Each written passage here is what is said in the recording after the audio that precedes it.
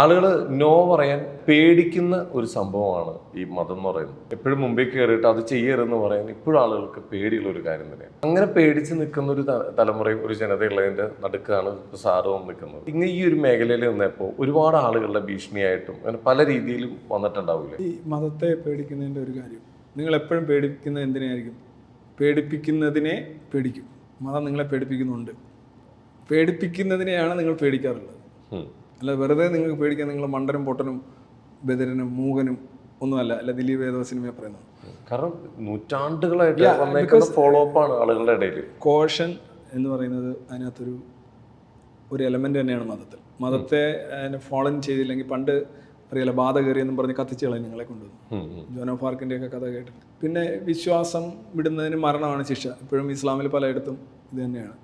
മതനിരാസം മരണം, മതനിന്ദ നടത്തിയെന്ന് പറഞ്ഞ് ഇപ്പോഴും പിടിച്ച് അറസ്റ്റിലൊക്കെ ചെയ്യില്ലേ? അത് മതത്തെ പേടിക്കാനല്ലേ? നിങ്ങൾ ഭയങ്കര വിമർശനമൊക്കെ ആയിരിക്കും, പക്ഷേ വന്നിട്ട് മതവുമായി ബന്ധപ്പെട്ട കാര്യങ്ങൾ വരുമ്പോൾ നമ്മുടെ മുഖ്യമന്ത്രിയും പ്രധാനമന്ത്രിയുടെ ഒക്കെ കൈ കിടന്ന് ഇങ്ങനെ പറയ്ക്കുന്ന കണ്ടിട്ടുണ്ടോ? കൈ മാത്രമല്ല, എന്താ കാര്യം? അതിനെ പേടിപ്പിക്കുന്നതിനെ പേടിക്കും.